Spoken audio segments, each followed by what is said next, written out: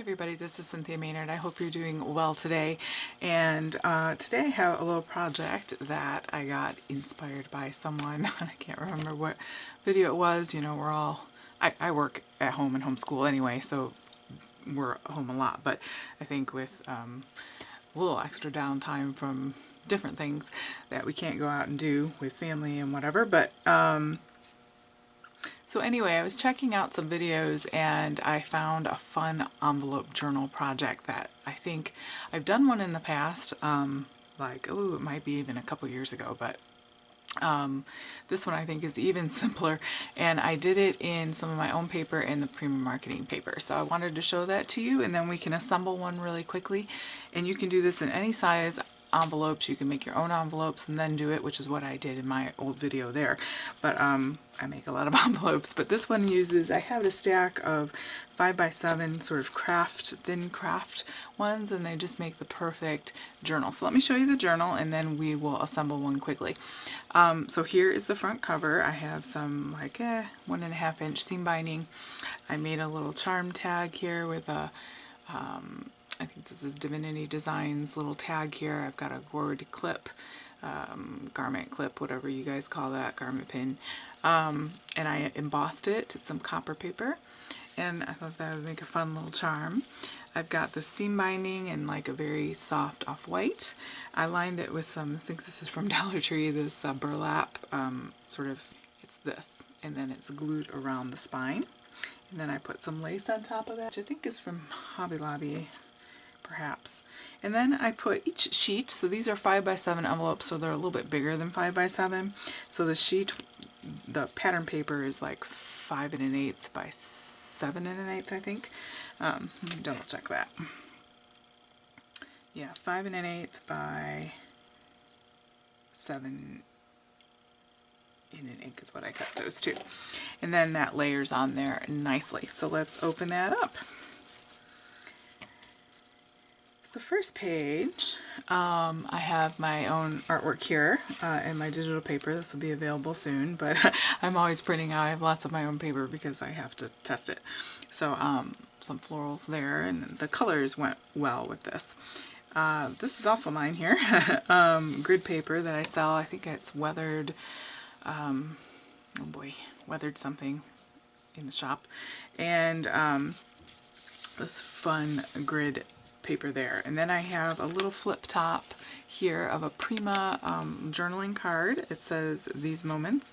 I have a doily. I just got a hold of the Cherry Lynn Designs tea doily, and it is really pretty.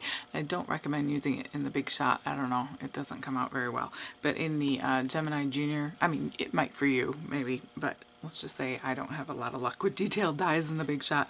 But my Gemini Junior, it cuts like butter. So this is a beautiful die, and so I used it for something else in, oh, well, no, I used it in here. I'll show you that later. And I had a little bit left over. I had sprayed that with tea dye distress spray. So that's that, and it flips up. I used a little piece of book paper, and what's funny about this, I didn't plan this, but it's like a little hidden spot, and it says, what's this treasure we're looking for?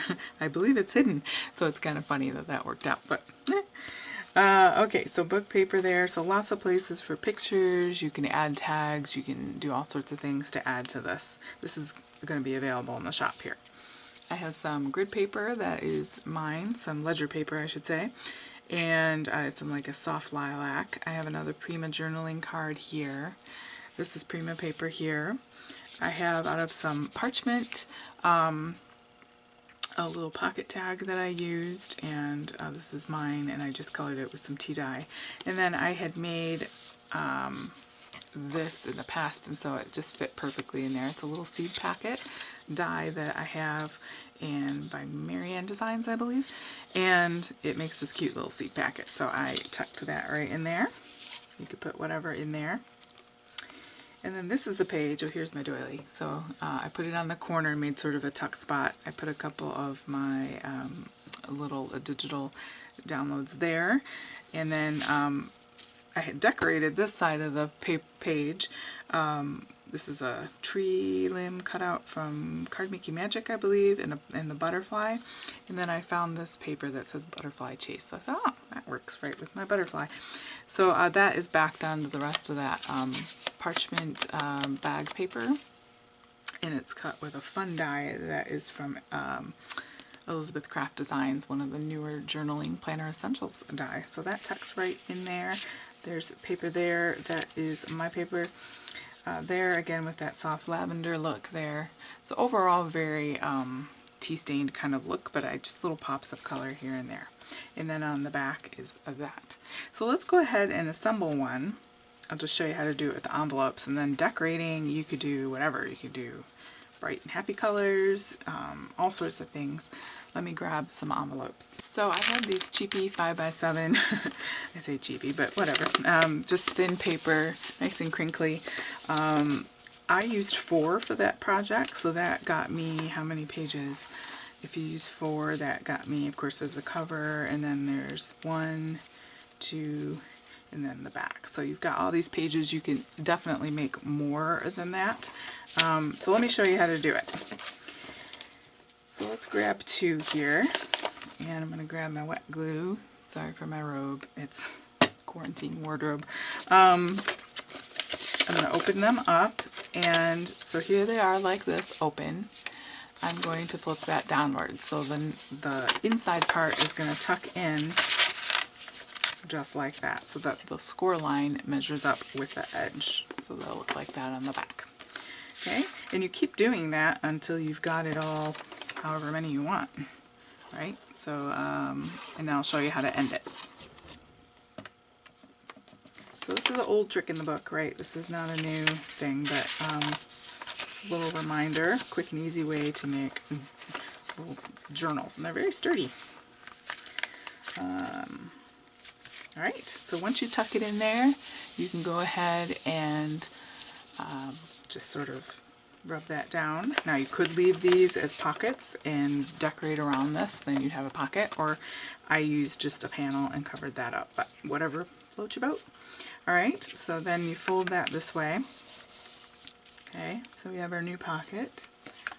I'm going to take my 3rd envelope and do the same thing. White envelopes, whatever color you've got, and of course your printed paper as well. And whatever size, really, this is just the method. Tuck that in there.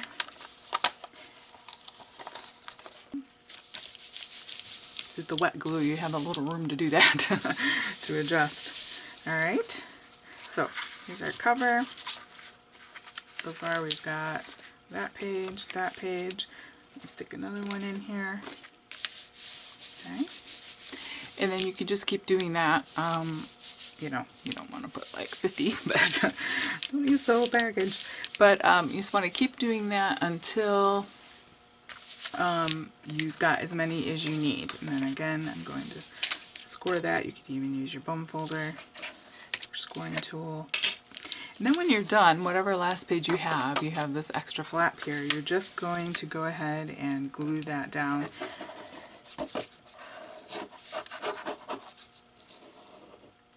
Just like so. Hands have got alcohol ink on them. I've been doing some journal tape, which has been fun. Alright, and then you just layer, mat and layer, right? So you've got this page, this page, this page, and this page.